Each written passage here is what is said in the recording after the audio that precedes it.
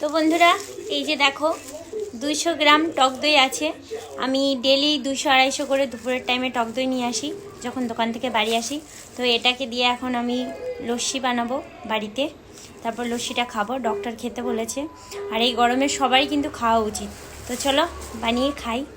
তো চলো লস্যিটা বানাই। আমি কিভাবে খাই তোমাদের দেখাচ্ছি সেটাই। এই যে দেখো, দিয়ে ঢেলে নিলাম।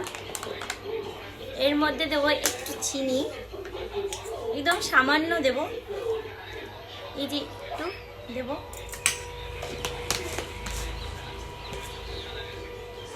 এরপর দেব বিট লবণ,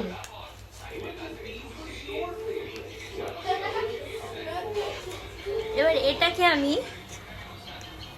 ডাল ঘুটনি দিয়ে ঘুটবো। তারপর ঠান্ডা ঠান্ডা জল অ্যাড করব, দেন খাবো।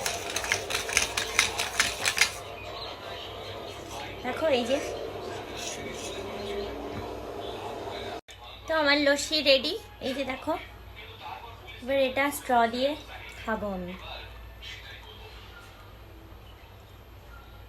এক গ্লাস হয়ে গেছে, খেয়ে বলছি কেমন হয়েছে।